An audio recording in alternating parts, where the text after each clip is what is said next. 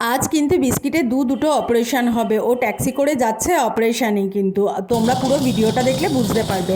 আজকে কিন্তু আমাদের এখানে প্রতিটা ঠাকুরই বিসর্জনের পথে। তো আমি মেয়েকে নিয়ে সন্ধেবেলায় গিয়েছিলাম একটুখানি টিউশানে। তো টিউশন থেকে ফেরার পথে দেখছি না কি বড় একটা ঠাকুর প্রসেশন নিয়ে যাচ্ছে, দেখে ভাবলাম একটু ভিডিও করি।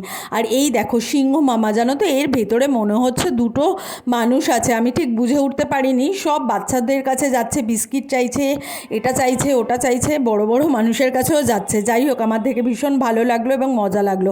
এটা কিন্তু পুরো প্রসেশনটা আমার ফ্ল্যাটের সামনে থেকেই যাবে। আর এই দেখো, আমি কিন্তু নিজে হাতে আলপনা দিয়েছিলাম কালী পুজোর সময়, তারপর 14 প্রদীপ ধরিয়েছিলাম ভূত চতুর্দশীর দিন। তোমাদের কেমন লাগছে কিন্তু জানিও। যাই হোক, মনটা একটু খারাপ যেহেতু বিস্কুট অপারেশনে যাবে।